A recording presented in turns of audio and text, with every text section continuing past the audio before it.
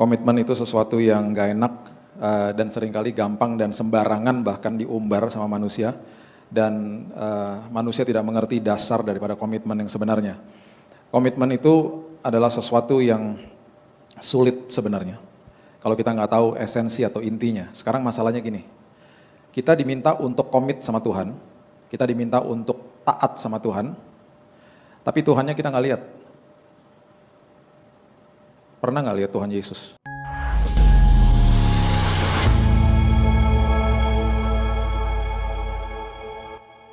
Bapak, terima kasih buat hidup yang berharga ini ya Tuhan. Terima kasih buat masa depan yang ditanggung penuh oleh Tuhan.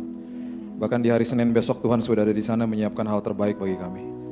Kami tahu bahwa firman-Mu adalah pelita bagi langkah-langkah kami. Itu sebabnya kami membutuhkan firman Tuhan, bukan sekedar hanya mengerti saja. Hidup kami harus dikuasai firman. Kami sambut firman kebenaran hanya di dalam satu nama-nama yang indah, Yesus Kristus Tuhan dan Juru Selamat kami. Kami sudah berdoa dan senantiasa mengucap syukur. Kita sama-sama katakan, amin. Haleluya. Silakan duduk. Shalom. Wow. Saya belum pernah ke sini, jadi saya harus memperkenalkan diri saya. Adik saya pernah ke sini ya katanya? Pernah ya? Oke. Ya, saya 11-12 lah sama dia. Kalau dari Lantang berarti Papa Manado. Tapi kalau Manado kenapa kok gelap begini kulitnya? Karena mama saya orang India. Perpaduan yang sangat aneh gitu ya. Dan opa oma saya datang ke Indonesia dari India asli tahun 1920. Dan uniknya mereka sudah orang Kristen karena memang India adalah jajahan Inggris. Mereka kerja di pabrik rokok sebagai akuntan ekspatriat tahun 1920 di kota Pasuruan. Mereka akhirnya keluar dari situ karena mereka tidak sejahtera lama-lama kerja di sana. Mereka mendirikan gereja GPDI di Batu Malang. Jadi ya, saya besar di keluarga yang sangat Kristen sekali. Opa oma saya sudah meninggal, saya nggak pernah ketemu sama mereka. Yang menjadi gembala sidang di gereja di Batu Malang, sepupu saya. Sudah generasi ketiga. Mama saya pindah ke Jakarta tahun 60, papa saya pindah dari Manado tahun 60, ketemu di GPDI Ketapang di Jakarta. Mereka nyanyi di paduan suara, lihat-lihatan, jatuh cinta, menikah, jadilah saya. Istri saya orang Chinese, anak saya gado-gado. Udah campuran. Dua-duanya katanya nggak mirip sama saya, kata teman-teman saya, kutuk sudah dipatahkan, kurang ajar teman-teman saya. Anak saya yang kedua, mukanya kayak mamanya, waktu masih kecil boboho, bulet, Chinese gitu ya. Saya berdoa, Tuhan, nggak apa-apa lah kalau sekarang nggak mirip, tapi nanti kalau dia beranjak dewasa, buatlah mirip sama saya. Sekarang dia sudah 15 tahun, sudah lebih tinggi dari saya, dia pemain basket, makin beda mukanya. Setiap kali saya jalan sama dia, orang banyak berpikir saya nyulik anak gitu ya. Tapi itu anak saya. Kalau Bapak Ibu tanya rambut saya sudah kemana, sudah almarhum dipanggil Tuhan duluan. Sudah. Jadi kalau ada silauan lampu, mohon maaf ya. Istri saya suka bilang, kamu minta maaf tuh sama jemaat kalau di atas mimbar suka silau kepalanya, memantulkan cahaya. Anggap aja urapan Tuhan. Oke. Hari ini kita mau bicara soal komitmen. Komitmen itu sesuatu yang gak enak dan seringkali gampang dan sembarangan bahkan diumbar sama manusia. Dan manusia tidak mengerti dasar daripada komitmen yang sebenarnya. Komitmen itu adalah sesuatu yang sulit sebenarnya. Kalau kita nggak tahu esensi atau intinya. Sekarang masalahnya gini, kita diminta untuk komit sama Tuhan, kita diminta untuk taat sama Tuhan, tapi Tuhannya kita nggak lihat. Pernah nggak lihat Tuhan Yesus? Dan nggak akan pernah lihat dia, kecuali nanti kita udah sampai sama-sama dia di rumah Bapa. Nggak akan pernah dia, ngelihat dia. Itu sebabnya ketika kita tidak lihat dia, terus kemudian kita diminta untuk percaya, kan susah. Terus kemudian kita diminta untuk hanya mendengar suara dia, lewat khotbah, pembacaan firman, kesaksian teman, suara Roh Kudus. Itu pun suara Roh Kudus atau suara Tuhan tidak audible, kan susah. Terus kita diminta untuk percaya. Sekarang contohnya gini, kita punya 5 panca indera dalam tubuh ini. Mata untuk melihat, telinga untuk mendengar, hidung untuk mencium, ada 2 rasa dari kulit sama dari lidah. Dari 5 panca indera ini yang merupakan pintu gerbang hati adalah mata dan telinga. Dan Alkitab mengatakan dengan jelas kalau itu tidak dijaga, jiwa kita yang benar tersiksa. Ya, pintu gerbang hati 2, mata sama telinga. Yang masuk sampah, keluar sampah. Yang masuknya sampah, yang keluar sampah. Lewat mana keluarnya? Tindakan sama perkataan. Kapan keluarnya? Dalam tekanan. Keaslian atau keabsahan iman seseorang terlihat dalam 2 tahun terakhir ini. Dalam musim pandemi atau musim yang berganti secara drastis. Dan kita diminta untuk percaya sama sosok pribadi yang kita nggak bisa lihat. Sekarang contohnya gini, ada seorang teman saya misalnya bilang gini sama saya, bro, gue denger ada diskon katanya, di mall itu misalnya. Terus saya bilang gini sama dia, enggak benar tuh, gue baru dari sana, nggak ada diskon. Percaya nggak dia? Langsung percaya. Karena apa yang dilihat lebih berkuasa daripada apa yang didengar, secara panca indera. Sekarang, kita nggak lihat Tuhan loh, secara jasmani ya. Terus kita diminta untuk mendengar suara dia yang tidak audible. Itu sebabnya, kalau kita bilang saya mau komit sama Tuhan, kalau kita nggak ngerti esensi daripada komitmen, itu sebabnya orang bergelimpangan, berjatuhan imannya. Firman Tuhan mengatakan apa di Amsal 4? Arahkan telingamu kepada ucapanku, simpan di dalam lubuk hatimu, karena itu adalah sumber daripada kehidupan, bahkan kesembuhan bagi yang sakit. Dengan fakta ini, dengan kenyataan ini, Yesus ketika dia baru bangkit, kemudian dia mau naik ke surga, dia melakukan sebuah transisi yang dia mengajarkan kepada kedua murid yang juga bukan ring satunya dia, ketika mereka sedang pulang ke Emmaus sebenarnya. Itu sebenarnya kalau kita pelajari Lukas 24, itu ditulis sama Dr. Lukas cukup detail. Dan itu adalah pelajaran ketika dia mau dia mau naik ke surga, dia akan menjadi maha hadir ketika dia naik ke surga. Itu adalah pelajaran di situ, di mana mata kedua murid itu dibutakan sama dia. Transisi, sebentar lagi kamu nggak lihat saya. Susah loh. Kalau kita nggak benar-benar hidupnya dikuasai firman, jangan harap kita bisa bertahan. Jangan sekedar hanya tahu firman, ngerti firman, dikuasai firman. Jangan sekedar baca Alkitab, biarkan Alkitab baca kita. Kita nggak bisa cuman ritual-ritual begitu-begitu aja. Terus kemudian kita kurung Tuhan di dalam gedung gereja. Ingat, ini gedung gereja loh. Gerejanya kita, eklesia, orang-orang yang dipanggil keluar. Kalau kita nggak ngerti prinsip ibadah, kita keluar dari tempat ini sama aja. Kita kurung Tuhan di sini. Doa berkat nanti disampaikan, ibadah jalan terus di luar sana. Formatnya beda-beda. Kenapa? Prinsip kerajaan. Yang dulu ketika masuk ke dalam perjanjian lama, semuanya yang sakral adalah fisik. Masuk perjanjian baru, dimentahkan sama Yesus. Semuanya dimasukkan ke dalam hidup manusia. Makanya Matius 12 mereka pada heboh ketika Yesus bilang gini, bentar lagi ada yang melebihi bait Allah. Bingunglah murid-muridnya, bait Allah kedua kan besar banget gedungnya. Hah, lebih besar? Markus 13 mengatakan mereka baru keluar dari bait Allah, mereka katakan, apalagi yang lebih besar dari ini? Orientasinya gedung soalnya. Dipertajam sama Paulus, tubuhmu adalah bait Allah. Makanya 2 tahun lalu ketika orang-orang pada bilang, teman-teman hamba Tuhan pada bilang gini, gereja ditutup Pak, nggak bisa ditutup. Yang ditutup gedungnya. Yang ditutup gedungnya, gereja harus ditutup. Karena gereja adalah eklesia, orang-orang yang dipanggil keluar, dimasukin sini sama Yesus. Dulu yang sakral pengorbanan, sekarang udah nggak lagi, pengorbanan tanpa ketaatan nggak ada artinya. Dimasukin sini sama Yesus. Dulu yang sakral sabatnya, fisiknya, sengaja dia menyembuhkan orang di hari sabat. Karena dia bilang apa? Masuk ke dalam Ibrani, masuklah dalam perhentianku. Maksudnya pikiran dan hati masuk dalam perhentianku. Kalau itu nggak ngerti, percuma. Akhirnya apa yang dilakukan sama manusia, kita akhirnya mensakralkan tata ibadah. Dan kita berpikir bahwa secara organik saya akan bertumbuh. Nggak bisa, ini sarana. Ini semua sarana, hormati tata ibadah, hormati denominasi, sinode, agama Kristen, hormati. Tapi inti daripada perjalanan kita bersama Tuhan, kejar Yesusnya. Jangan kejar berkat, jangan kejar-kejar hal-hal kayak begitu, jangan kejar-kejar produk-produknya, kejar Yesusnya. Makanya saya selama bertahun-tahun ini ya, karena saya udah capek dengar-dengar pengajaran-pengajaran yang ngawur-ngawur. Saya sampai bilang, Tuhan saya mau bongkar, kira-kira 15 tahun lalu saya bilang, Tuhan saya mau bongkar nih kata berkat. Ngawur ngajarnya. Saya tanya sama teman-teman di STT, kamu ngerti berkat dari mana ngajarnya? Ya kan senior-senior udah pada ngobrol khotbah ini begitu.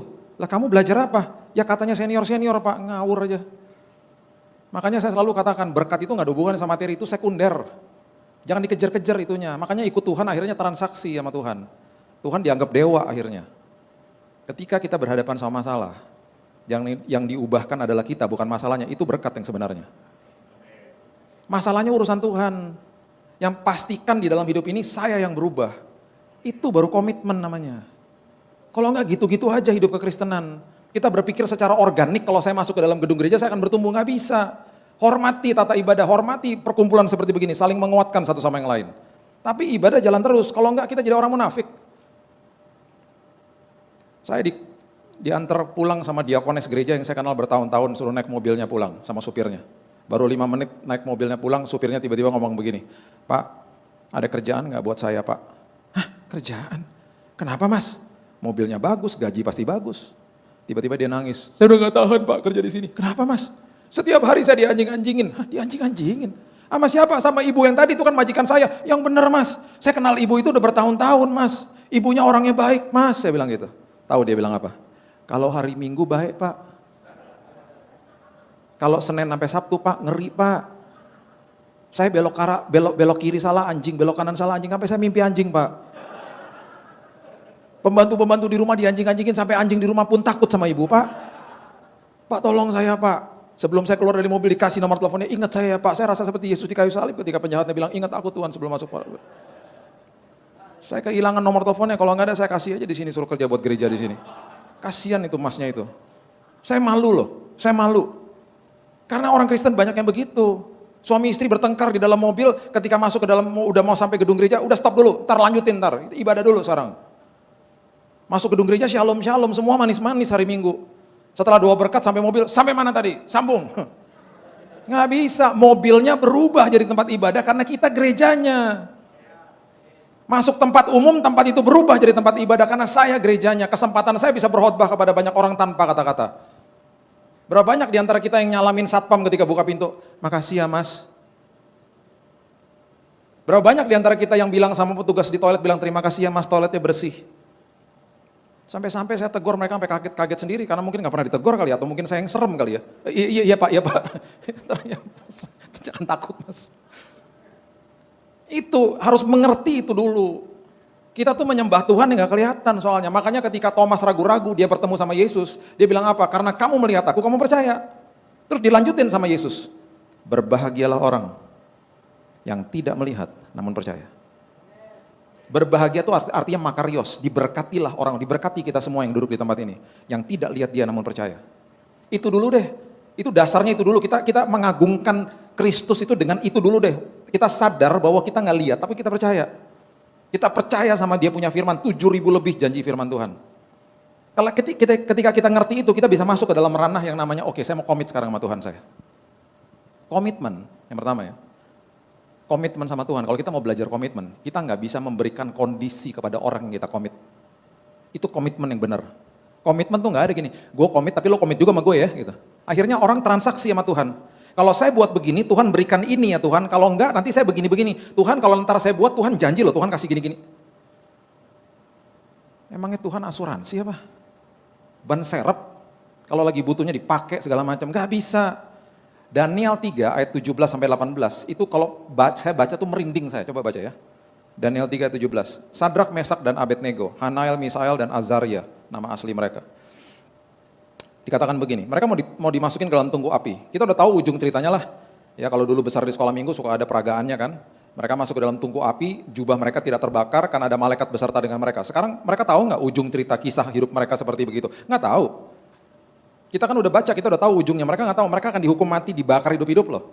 Sekarang hukuman mati sekarang, ditembak dalam sepersekian detik mati udah. Manusiawi itu sebenarnya. Dan dia harus ditembak di sini, di jantungnya. Di Amerika lethal injection. Seolah-olah seperti dibius langsung hilang.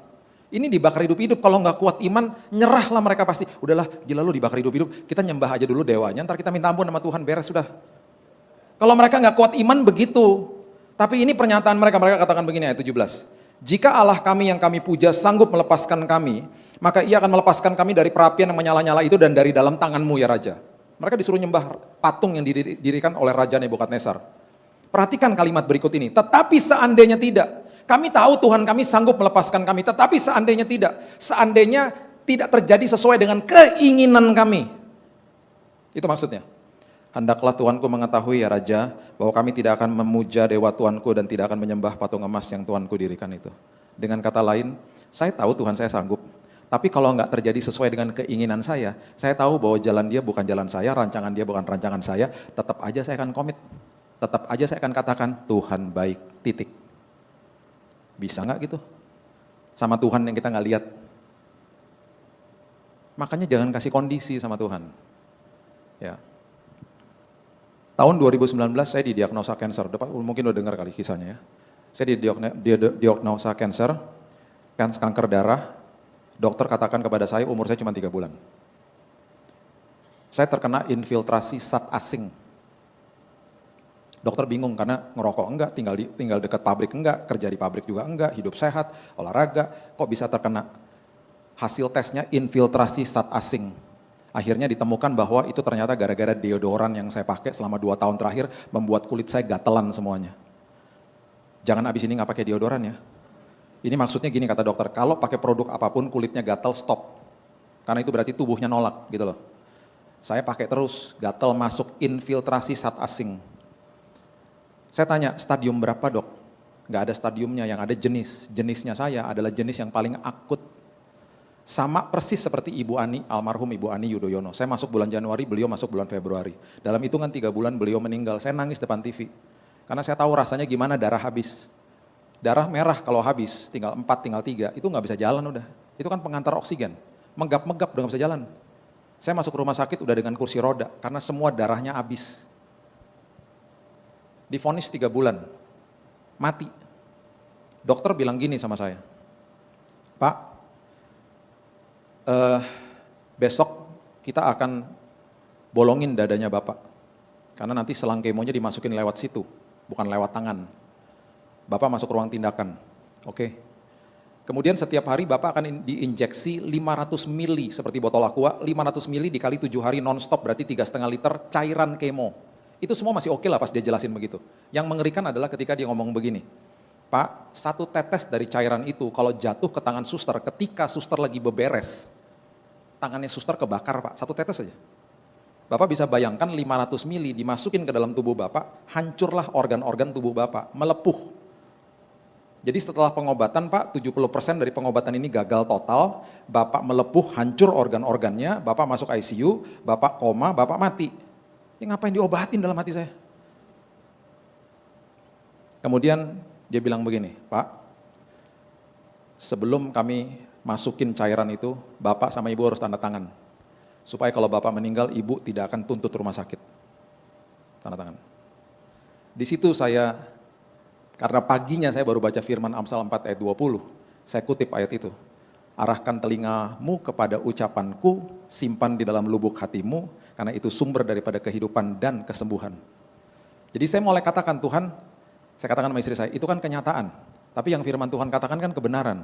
Saya mulai keluar sebuah pewahyuan, kenyataan harus tunduk sama kebenaran. Saya mulai katakan itu berkali-kali, setiap hari. Dan betul setelah seminggu kolaps, badan saya hancur. Saya bersin pagi-pagi yang keluar darah semua, hancur. Saya dimasukin ke ruang tindakan berkali-kali, hampir mati berkali-kali. Setiap kali sudah kolaps, karena ketika leukosit atau darah putih udah menginjak angka 0, jadi darah putih saya tuh 0. Kalau darah putih 0 berarti pertahanan tubuh nggak ada. Bakteri yang tadinya diem-diem manis-manis di dalam tubuh merajalela semuanya. Panas 41 derajat sampai goyang-goyang tempat tidur, saya kolaps.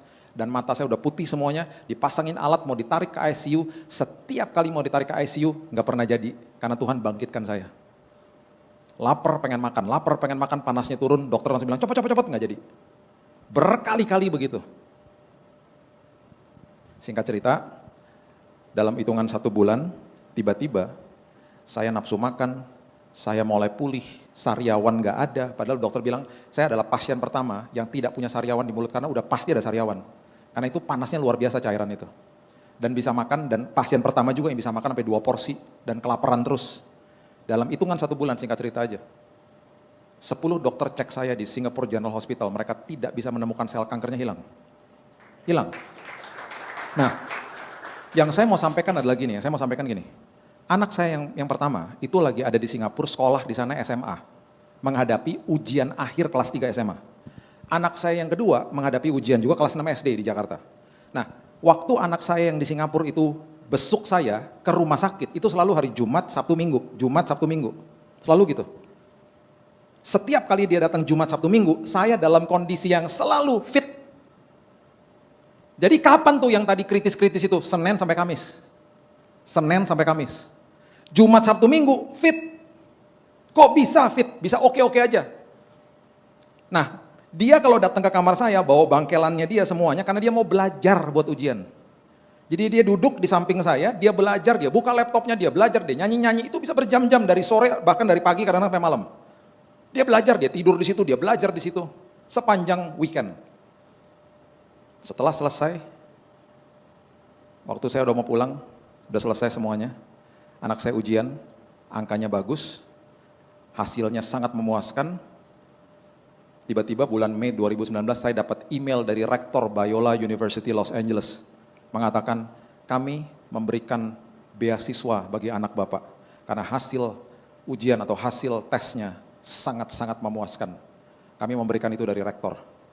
Waktu sebelum dia berangkat saya bilang gini sama dia, Kak, kamu tahu nggak, Dedi punya pengakuan beberapa kali Dedi hampir meninggal di rumah sakit. Dia nangis, dia katakan kenapa nggak dikasih tahu. Saya bilang begini, Tuhan yang butakan supaya kamu nggak lihat Dedi dalam posisi krisis atau kritis. Alhasil kamu bisa belajar, angka kamu bagus, kamu dapat beasiswa. Kalau kamu lihat, angka kamu pasti jeblok, kamu nggak dapat beasiswa, kamu nggak berangkat sekarang. Saya buka Roma 8 ayat 28. Dimulai dengan kata apa? Aku tahu sekarang bahwa Allah turut bekerja dalam segala sesuatu. Taunya kapan? Sekarang. Sekarang tuh kapan? Kalau udah lewat. Pas lagi lewatin tahu nggak? Nggak tahu. Kita bingung pas lagi ngelewatin. Kita bingung, kita bertanya, bagaimana Tuhan? Caranya bagaimana? Dan kita banyak bertanya sama Tuhan. Di belakang layar, dia sedang bekerja. Itu sebabnya kalau lagi ngelewatin masalah, senantiasa ngucap syukur. Karena dia sedang bekerja. Nanti setelah selesai, kita bisa nyatakan Roma 8 ayat 28, aku tahu sekarang. Aku tahu sekarang bahwa Allah turut bekerja dalam segala sesuatu. Mendatangkan kebaikan bagi saya. Hati-hati loh, bertanya, tidak mengucap syukur, ujung-ujungnya akhirnya mempertanyakan Tuhan. Mempertanyakan Tuhan artinya gimana? Tuhan ada gak sih? Tuhan sanggup gak sih? Hati-hati, bertanya sah, jangan sampai mempertanyakan Tuhan. Seringkali karena kita mau lihat ujungnya daripada permasalahan kita nggak dikasih lihat, itu sebabnya Alkitab dengan jelas mengatakan apa? Firmanku adalah pelita, bukan lampu sorot. Bukan lampu sorot dikasih lihat ujungnya, enggak, pelita. Cuman bisa lihat langkah demi langkah. Tuhan cuman bisa lihat langkah hari ini demi langkah Tuhan. Enggak apa-apa kan jalan sama saya. Kan jalan sama saya Tuhan katakan. Kalau jalan sama saya ujungnya aman dan nyaman. Tenang aja, saya bekerja kok, kamu tenang aja, kamu rest in me. Masuk dalam perhentianku, jalan sama saya, pegang tangan saya, tenang. Mazmur 23 itu ayat 4 mengatakan, though I walk through, cuman lewat kok. Di dalam lembah bayang-bayang maut. Kenapa Daud katakan bayang-bayang maut? Karena bayangan biasanya tampaknya lebih besar daripada aslinya. Selalu masalah dibesar-besarkan sama iblis. Kemudian bayangan tidak akan pernah bisa melukai kita. Gak ada berita bapak-bapak meninggal karena ditabrak bayangan truk. Gak ada toh? Dan kenapa ada bayangan? Karena di dalam lembah yang sangat gelap ada cahaya di situ. Makanya ada bayangan. Cahayanya siapa? Cahaya Tuhan. Kok kecil Tuhan? Memang kecil. Kan firmanku pelita. Tapi aku hadir di situ. Aku hadir, justru ketika aku hadir akan mengalahkan segala-galanya. Selama lagi perjalanan, kamu aku latih supaya imanmu bertumbuh. Makanya kecil pelitanya. Saya ada di lantai 8, di lantai kemo. Tiap hari yang saya dengar orang nangis, orang menjerit, orang mau bunuh diri dari lantai 8. Sampai tangannya diborgol. Itu pasien yang ada di lantai 8. Jadi, ikut Tuhan, jangan berikan kondisi sama Tuhan. Ikut Tuhan, komitmen sama Tuhan. Tuhan, apapun yang terjadi, Engkau baik. Itu dasar komitmen, tidak memberikan kondisi. Kalau kita bisa lakukan itu, kita akan sanggup memberikan itu kepada manusia. Vertikalnya beres, horizontalnya beres. Mau disakiti, mau apapun, kita akan bilang gini, gak apa-apa, aku tetap mengasihi. Karena itu tugas aku, bukan menghakimi. Penghakiman tugasnya Tuhan nanti, bukan sekarang. Yang kedua, di dalam setiap komitmen, kita kerap kali lupa sama kasih mula-mula. Karena komitmen itu hebat di awal, betul atau betul? Setiap kali ada jatuh cinta, siapa yang pernah jatuh cinta, coba katakan sama-sama, 1, 2, 3. Terima kasih Tuhan, yang gak katakan ampuni mereka, mereka pembohong-pembohong semua Tuhan. Bohong banget, gak normal banget gak jatuh cinta. Jatuh cinta itu letaknya di emosi, ya. Kalau namanya kasih itu letaknya di roh, itu beda loh. Jatuh cinta itu bisa terusik, bisa hilang kapan saja, kalau kasih itu kekal. Itu nanti another day lah ya. Oke. Di dalam orang yang sedang first love, kasih mula-mula, selalu ada 3 elemen ini.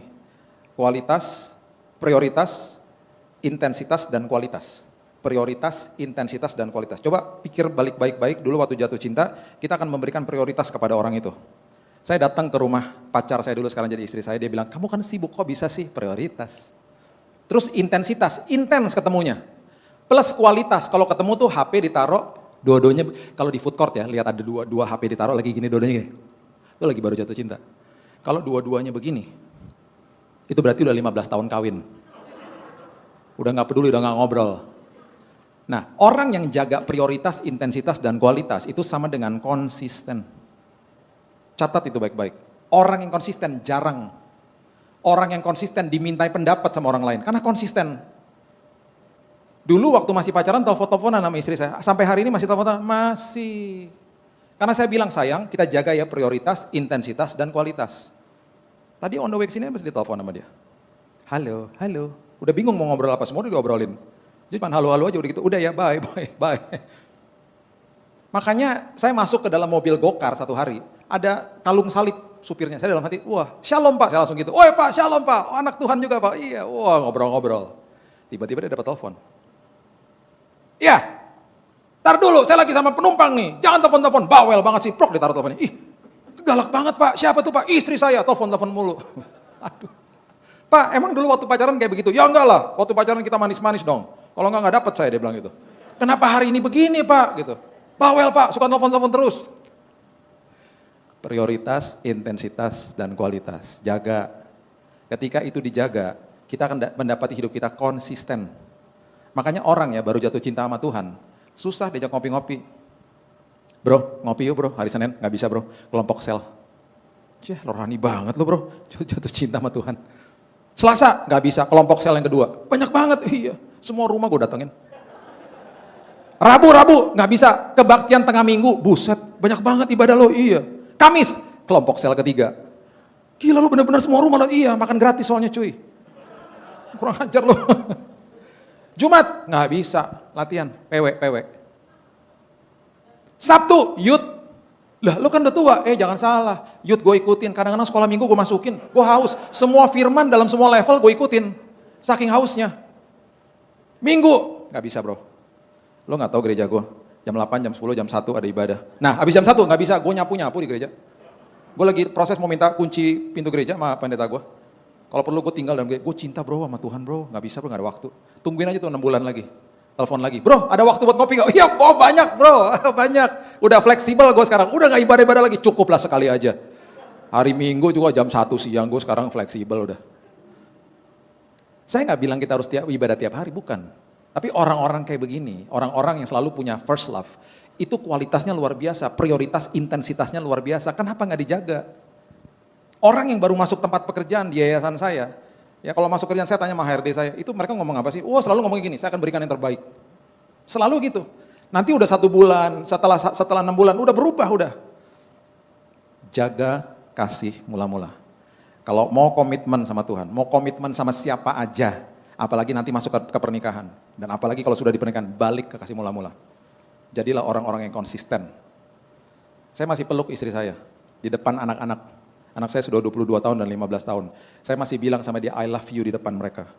Supaya mereka tahu nanti kalau mereka punya pasangan, mereka harus begitu juga. Konsisten. Jangan lupa itu. Yang ketiga, setiap kali kita komitmen, pasti diuji. Nggak mungkin enggak. Pasti diuji. Perhatikan ini baik-baik. Setiap kali ada pergumulan hidup, selalu lihat dari kacamata ujian, bukan cobaan. Ujian tuh gini, mengeluarkan kelemahan saya, dan memakai kelemahan itu untuk membuat saya lebih baik. Itu ujian. Kalau cobaan beda, mengeluarkan kelemahan saya dan memakai kelemahan itu untuk menghancurkan saya. Itu cobaan. Jadi kalau ada sebuah pergumulan di depan kita, langsung bilang ini kesempatan buat aku diuji. Makanya namanya ujian matematika, betul? Ketika dapat hasilnya nomor 2 sama nomor 3 salah, kita langsung tahu, oh itu kelemahan saya nggak belajar, saya nggak tahu formulanya. Dikeluarkan kelemahan kita. Waktu kita belajar lagi, diuji lagi, bisa nggak? Bisa. Beda sama cobaan, mengeluarkan kelemahan kita dan memakai kelemahan itu untuk menghancurkan kita. Kita makanya ya, kita tuh sekolah kehidupan sampai habis, sampai nanti Yesus datang. Mata pelajarannya mana? 1 Korintus 13 ayat 4-7. Kasih itu sabar, murah hati. Lihat aja tuh mata pelajarannya, jangan kaget kalau kita baca, lah semuanya gue belum lulus. Nah loh.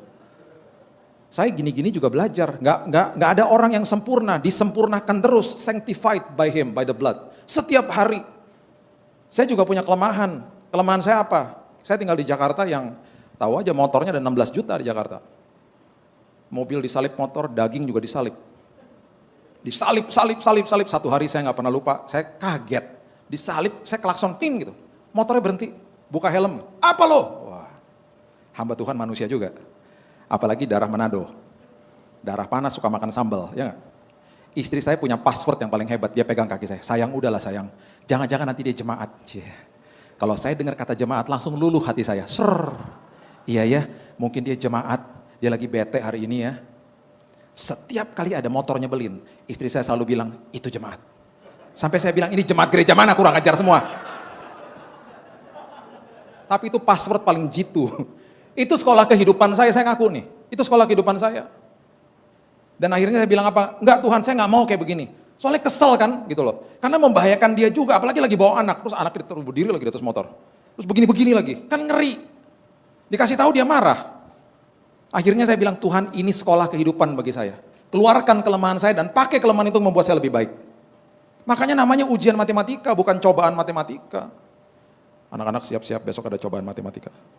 Di akhir tahun ini, siap-siap ada cobaan nasional, bukan ujian nasional. Enggak, ujian nasional namanya. Contoh ya, contoh. Misalnya Yesus berdiri di depan sini. Dia ngajakin kita pergi ke Singapura. Yang pertama naik pesawat 1,5 jam sampai, yang kedua jalan kaki 1 bulan baru sampai. Pilih yang mana, jangan bohong. Naik pesawat lah ya, ngapain Tuhan jalan kaki 1 bulan ya. Ambil contoh ya, coba. Siapa namanya? Rifan, oke. Misalnya saya ketemu sama Rifan di pesawat, ya duduk bersebelahan. Kenalan dong. Bro, kayaknya pernah lihat loh. Oh iya di GB Intermark. Oh iya. Ngobrol-ngobrol, kepotong sama makan, kepotong sama tidur, sampai di Singapura kita tukar-tukaran nomor HP. Bro, kalau ketemu ntar kontak-kontak ya gitu. Satu hari saya ketemu sama dia di sebuah mall. Bro, ingat gua nggak? Billy botak Garuda Singapura. Si Rifan gini. Oh iya, apa kabar? Oh, ngobrol, saya sama istri saya. Waktu kita pisah, saya akan bilang apa? Itu Rifan, teman aku kenal sama dia. Kenal karena memang pernah kenalan di dalam pesawat. Sekarang bayangin kalau saya sama dia jalan kaki ke Singapura, kita pakai ransel ya bro, kita budgetnya terbatas, kita bawa ransel, bawa tenda, bawa Indomie, bekal ya. Rutenya tol Merak tuh, terus sampai ke ujung, naik ferry, Lampung, terus jalan kaki sampai ke atas, sampai ke Palembang sana, nyebrangin pulau-pulau, terus sampai Singapura 1 bulan. Di hari pertama, saya kenalan juga sama dia. Di hari pertama ya, pas baru jalan. Di hari kedua kan nggak kenalan lagi, kan udah 24 jam sama-sama. Kan masa besoknya tanya-tanya lagi, namanya siapa maaf, karena gue botak nguap semua nih memorinya gitu. Enggak dong, hari berikutnya kita udah nggak kenalan lagi, hari-hari berikutnya kita udah mulai curhat tentang masa lalu, pergumulan hari ini, dan harapan masa depan. Kita ngelewatin suka duka sama-sama, hujan banjir sama-sama, panas sama-sama, Indomie tinggal 1 makan berdua, kita ngelewatin sama-sama semuanya. Dan akhirnya 1 bulan sampai di Singapura. Setelah udah 1 bulan sampai di sana, saya nggak mungkin kembali ke depan teman-teman semua dan katakan, ini cuman kenalan, saya nggak mungkin. Saya akan bilang apa? Rifan adalah sahabat baru saya. Karena 1 bulan saya jalan sama dia. Itu sebabnya Tuhan nggak akan ajak kita naik pesawat. Dia akan ajak kita jalan kaki. Di proses tuh begitu. Kita akan berteriak, Tuhan lembah kekelaman, Tuhan tenang kan jalan sama saya. Tuhan terowongan gelap, ujungnya aja nggak kelihatan, tenang kan jalan sama saya. Setelah udah lewat semuanya, dia akan bilang, coba kamu lihat ke belakang. Waktu kita lihat ke belakang, kita akan betul-betul terkejut sendiri. Kok bisa sih Tuhan aku lewatin semua itu? Kan sama aku, Tuhan bilang gitu. Di situ kita bisa nyatakan apa? Tuhan, engkau sahabatku. Dia tahu kita 100%, pertanyaannya kita tahu dia nggak? Kita kenal nggak sama dia? Makanya ada proses, makanya ada ujian.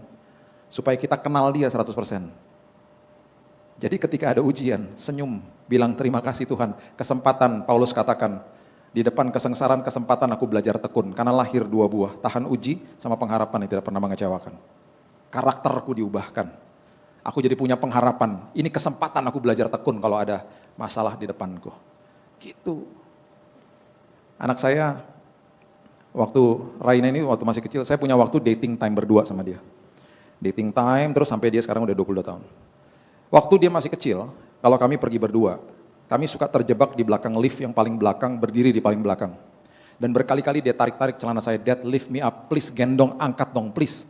Dan berkali-kali saya bilang, "Jangan, saya nggak bisa, sayang, ini liftnya penuh orang, ribet ngangkatnya, nanti ya sayang, sabar ya," gitu. Berkali-kali saya ngomong begitu. Sampai satu hari saya nggak pernah lupa, di Kelapa Gading Mall, kita di belakang lift udah penuh dengan orang sebelum pandemi ya pastinya. Dan dia tarik-tarik celana saya baru nyadar, iya ya, pemandangan di bawah tuh nggak enak banget loh. Bayangin ya, di belakang lift paling belakang, pendeknya cuma segini. Itu di depan dia betul-betul pemandangannya nggak nikmat. Yang udah ketawa, senyum-senyum, udah dapat pewahyuannya, yang belum ngerti tanya maksudnya apa sih gitu. Kalau sampai terjadi hal-hal yang tidak diinginkan, kena duluan anak saya. Yang ketawa sudah dapatkan pewahyuannya, belum maksudnya apa ya. Kalau masih belum ngerti juga nanti masuk ke dalam lift, kan sekarang udah boleh tuh rada-rada rame ya. Berdiri paling belakang terus begini. Oh iya baru ngerti gue. Di situ saya nggak pernah lupa ketika saya sadar bahwa nggak enak banget di bawah, saya gendong itu anak. Saya bilang, "Permisi ya mas," saya gesek-gesek dikit, saya gendong dia dan saya nggak pernah lupa waktu saya gendong dia mukanya begini. Lega. Waktu mukanya lega, liftnya masih rame nggak? Masih. Kenapa mukanya lega? Karena pemandangannya setinggi pandangan saya. Jadi kalau lewatin masalah, bilang gini sama Tuhan, "Gendong aku Tuhan." Supaya aku lihat dari perspektifnya Tuhan, bukan dari perspektif aku. Masalahnya tambah berat kadang-kadang, makin berat kadang-kadang. Terus tiba-tiba gini, kok ada damai sejahtera ya? Kok ada sukacita ya? Kok ada hikmat ya? Kok ada pengharapan ya? Karena lagi digendong sama Tuhan. Diterobos semuanya. Maleakhi 3 ayat yang ketiga, coba lihat. Saya waktunya sampai jam berapa ya? Jam 4? Jam 4? Oke lah. Bentar lagi selesai. Maleakhi 3 ayat 3 mengatakan begini. "Ia akan duduk seperti orang yang memurnikan dan mentahirkan perak, dan ia mentahirkan orang Lewi, menyucikan mereka seperti emas dan seperti perak, supaya mereka menjadi orang-orang yang mempersembahkan korban yang benar kepada Tuhan." Ada seorang ibu yang baca ayat ini, dan kemudian waktu dia baca ayat ini, dia tanya sama tukang perak, bagaimana sih proses pemurnian perak? Tukang peraknya menjawab gini, pertanyaan yang pertama gini, gimana caranya gitu ya? Terus tukang peraknya bilang begini, "Bu, waktu kita lagi proses pemurnian, saya letakkan perak itu di dalam api, Bu," gitu. Terus Roh Kudus bicara sama dia, "Oh iya ya, ketika sedang diproses sama Tuhan gak enak ya, seperti masuk dalam api." Terus yang kedua, "Bapak ada di mana posisinya Pak waktu lagi diproses dalam hati?" "Saya gak kemana-mana, saya pegangin pakai tongkat panjang." Tuhan bicara lagi, "Aku juga gak kemana-mana. Ketika engkau sedang diproses, aku ada di situ memegangi dirimu." Yang ketiga, yang pertanyaan paling penting, "Pak, Bapak taunya kapan peraknya selesai dimurnikan?" "Oh gampang. Ketika saya bisa bercermin di perak itu, saya bisa lihat diri saya sendiri. Selesai pemurniannya." Roh Kudus bicara sama dia, "Ketika aku memandang dirimu, seolah-olah seperti aku bercermin karena aku melihat karakter Kristus di dalam hidupmu." Selesai prosesnya. Naik levelnya, naik tanggung jawabnya. Jadi ketika masuk ke dalam sebuah proses, yang pertama Tuhan mau supaya kita sadar bahwa dia adalah sahabat kita. Yang kedua tujuannya adalah supaya kita sadar kita adalah serupa dan segambar seperti Tuhan. Karakter kita diubahkan terus sama seperti dia. Ketika dia memandang kita seolah-olah seperti bercermin, wow, aku lihat diriku di dalam dirimu. Selesai pemurniannya. Itu Tuhan. Makanya kalau diuji nikmatnya luar biasa. Ya, yang terakhir, setiap kali ada komitmen pasti ada tandanya, nggak mungkin enggak. Orang yang suka main tenis, kalau mau tahu dia komitmen atau tidak, pasti tangannya besar sebelah. Betul? Pasti besar sebelah. Orang yang punya komitmen dalam bidang apapun, kalau ngobrol pasti menguasai, itu tandanya. Kehidupan orang Kristen, kalau komitmen sama Tuhan pasti punya kesaksian, itu tandanya. Ayat terakhir Lukas 24 ayat 38 sampai 39 mengatakan gini. "Akan tetapi ia berkata kepada mereka, mengapa kamu terkejut dan apa sebabnya timbul keraguan-raguan di dalam hati kamu? Lihatlah tanganku dan kakiku, aku sendirilah ini, rabalah aku dan lihatlah karena hantu tidak ada daging dan tulangnya seperti yang kamu lihat ada padaku." Saya nggak pernah lupa, tahun 99 ketika Yayasan Dulos dibakar, ada seorang yang mungkin udah pernah dengar kesaksiannya, yang dipenggal kepalanya karena nggak mau menyangkal Yesus. Dia ketemu Tuhan dan rohnya kembali. Saya menjadi teman baik beliau dari tahun 2000 sampai hari ini. Beberapa minggu lalu masih ketemuan sama dia. Saya terkesima dengar kisahnya karena dia sudah hampir putus kepalanya karena sudah dipenggal sama celurit. Dan 2 minggu sini naik ke surga, ketemu sama Yesus, dibalikin rohnya, masuk ke dalam tubuhnya lagi dan kembali lagi. Dan bahkan di seminar dokter-dokter saraf yang dilakukan di Sydney kalau nggak salah, mereka mengatakan secara medis tidak bisa dijelaskan karena saraf itu kok bisa nyambung dengan sendirinya ketika lehernya itu dijahit sama dokter dan saraf-sarafnya bisa nyambung lagi dan dia hidup lagi dan tidak cacat sampai hari ini. Dan akhirnya mereka mengeluarkan sebuah maklumat yang menyatakan bahwa yang terjadi sama dia itu adalah pure miracle, mujizat yang terjadi. Sampai hari ini kalau saya ketemu dia itu masih ada tandanya di sini, tanda komitmennya dia kepada Tuhan. Saya bukan mengatakan kita akan martir untuk Tuhan, bukan. Setiap kali ada komitmen pasti ada tandanya. Saya akan tutup dengan kisah ini. Beberapa tahun yang lalu waktu anak-anak masih kecil-kecil, saya dengan teman saya pergi ke kota Makau. Anak saya waktu itu masih kecil, jadi anak saya yang kedua ini saya taruh dia di kereta anak ya biasanya.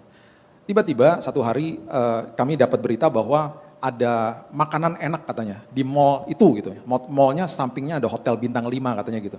Terus kemudian teman saya bilang itu nanti bisa naik bus gratis ke sana gitu. Jadi kita cari busnya. Dan kita karena udah mau makan siang jadi kita mau pergi ke sana. Nah, waktu sampai ke tempat terminal busnya, saya mau masukin kereta anak saya di bagasi bus. Kalau bus itu kalau dia ngadep ke depan, bagasi kan di samping ya. Kan bukan kayak mobil, bagasi kan di samping kalau bus. Saya lihat supirnya kok diam aja gitu. Jadi saya pikir udahlah saya buka sendiri. Saya buka sendiri tempat bagasi, saya masukin kereta anak saya, kami naik bus. Saya tutup lagi, kita naik bus. Waktu sampai di tempat tujuan, sampai di depan hotel bintang 5 dan sebelahnya ada mallnya ya. Jadi berhentinya di lobi hotel. Itu banyak orang di depan. Waktu semua turun, waktu kita udah turun, saya lihat lagi supirnya kok diem aja gitu. Jadi saya pikir ya udah saya ambil aja lagi kereta anak saya buka lagi. Waktu saya lihat ke dalam, aduh keretanya udah masuk ke dalam karena busnya kan goyang kiri kanan dan gak ada barang yang lain, jadi gak ada yang bisa tahan tuh itu kereta anak udah sampai ke dalam. Jadi saya merangkak masuk ke dalam badannya bus. Tiba-tiba saya mendengar pintu busnya ketutup. Waktu pintunya ketutup, tiba-tiba busnya jalan. Saya masih ada di situ. Harusnya supirnya kalau dia teliti, dia lihat kaca spion kelihatan tuh bagasinya kebuka dari samping. Dia jalan. Orang-orang di lobi hotel itu teriak semua, stop, stop. Supirnya nggak dengar. Saya loncat, harusnya saya diem aja di situ. Karena aman, mendingan diem di situ sampai busnya berhenti. Saya loncat karena insting gitu ya, loncat, koprol 2 kali, jatuh ke lantai, ke tanah gitu, jatuh 2 kali, koprol 2 kali, berdiri, wah kesakitan kaki saya. Dengan kesakitan saya masih teriak-teriak, oi berhenti, dia nggak berhenti juga. Sampai di ujung jalan ada satpam yang kejar itu bus dan dia akhirnya berhasil berdiri di depan tuh bus dan akhirnya busnya berhenti. Supirnya keluar, supirnya dimarah-marahin, dia baru sadar bahwa tadi ada orang botak di dalam situ dan dia hampir mencelakakan saya. Jadi waktu saya datang dengan tertatih-tatih gitu ya mau ambil kereta anak saya karena masih di dalam situ, dia langsung sujud di depan saya minta maaf, sorry, I'm sorry kata gitu. Saya bilang gini, udahlah, saya juga nggak apa-apa. Dan ini pada kelaparan mau makan siang, jadi saya bilang udahlah, it's okay, udahlah. Lain kali hati-hati udah ya. Saya ambil kereta anak saya jalan. Di lobi hotel semua pada bilang gini, tuntut aja katanya. Itu ada CCTV, kami saksinya, tuntut. Mereka nggak terima. Akhirnya teman saya bilang gini sama saya, tadi lo pas koprol 2 kali keren banget, dia bilang gitu. Wah kayak Fast and Furious, gila lo Fast and Furious, capek lagi dan sakit kaki gua bilang gitu. Lo kayak James Bond tau gak tadi keren banget, cuma tadi jarak kaki lo sama ban belakang bus cuma segini, dia bilang gitu. Itu betul-betul pertolongan Tuhan. Saya tulis surat komplain dengan email saya waktu itu. Saya kasih ke front desk, kami pergi makan, saya oke kok. Saya cuma mau marah aja dikit. Waktu sampai di Indonesia, saya dapat email dari pihak hotel. Dan mereka tahu bahwa ini sesuatu yang membahayakan reputasi mereka. Jadi mereka bilang begini, Pak, kalau sampai ada biaya medis, berapapun, kami ganti. Dan please jangan kasih tahu siapa-siapa, nggak usah disebarluaskan, kami settle di sini aja. Kami bayar kerugian, apapun kami bayar. Mereka banyak saksi soalnya. Teman saya pas lagi di rumah, waktu saya terima email itu, teman saya bilang gini, bro, wah kesempatan bro, kita buat aja surat palsu, kita charge tuh hotel 200 juta. Terus dia bilang gini sama saya, lo layak bro, lo layak, lo kan dirugikan, lo layak. Saya pertama bilang gini, enak, gak mau, enak, gila, bohong dong. Nah, tapi tetap aja pas malam hari, pas mau tidur, hamba Tuhan manusia juga, suara itu terngiang-ngiang, engkau layak, engkau layak, engkau layak, engkau layak, engkau layak. Saya bangun pagi besoknya, saya email balik ke mereka. Saya bilang saya gak apa-apa, saya gak masalah. Mereka bilang, oke terima kasih, supirnya udah diskors, supirnya disekolahkan lagi dan seterusnya. Saya bisa memberikan kesaksian ini karena saya komitmen sama Tuhan. Hidup komitmen sama Tuhan pasti punya kesaksiannya banyak. Banyak pasti. Jadi hidup di dalam integritas ilahi pasti banyak tandanya. Dan tanda itu senantiasa pasti memberkati orang lain. Kita akan diperhadapkan dengan masalah, udah pasti. Kita akan diperhadapkan dengan banyak hal-hal yang gak enak di dunia ini. Pegang komitmen kita. Dan kita adalah orang-orang yang diberkati, walaupun kita tidak lihat Tuhan kita hari ini. Tapi kita percaya kepada Dia. Berikan tepuk tangan kita untuk Tuhan kita. Bapak terima kasih, hamba-Mu stop sampai di sini. Tapi firman Tuhan terus berkumandang di hati kami. Meteraikan firman ini Tuhan, kami belajar komitmen pada siang hari ini Tuhan. Bahwa itu tidak mudah. Tapi kami belajar, kami gak mau memberikan kondisi kepada Tuhan. Kami mau jaga kasih mula-mula. Dan kami tahu pasti ujian datang Tuhan. Dan ketika ujian itu datang, itu kesempatan bagi kami untuk bertumbuh. Kesempatan untuk kami belajar tekun. Kesempatan di mana kami akhirnya memiliki pengharapan di dalam Tuhan. Dan akhirnya memiliki sebuah karakter yang tahan uji. Dan kami tahu Tuhan, semua kesaksian hidup kami itu adalah tanda komitmen kami kepada Tuhan. Memberkati orang lain, menjadi dampak mercusuar bagi orang-orang di sekeliling kami. Meteraikan firman ini ya Tuhan, dan hamba-Mu berdoa semua yang hadir pada siang hari ini akan dibawa sampai ke ujung, ke seberang dengan selamat, dan kehidupan mereka senantiasa mengalami Yesus. Dan bahkan di ujung daripada itu semuanya mereka akan katakan, Engkau sahabatku ya Tuhan. Hidup kami diubahkan Tuhan, karena kami memegang teguh firman kebenaran. Terima kasih Bapak, hanya di dalam satu nama yang indah, Yesus Kristus Tuhan dan Juru Selamat kami. Sudah berdoa dan sudah menerima firman kebenaran, kita sama-sama katakan, amin. God bless you.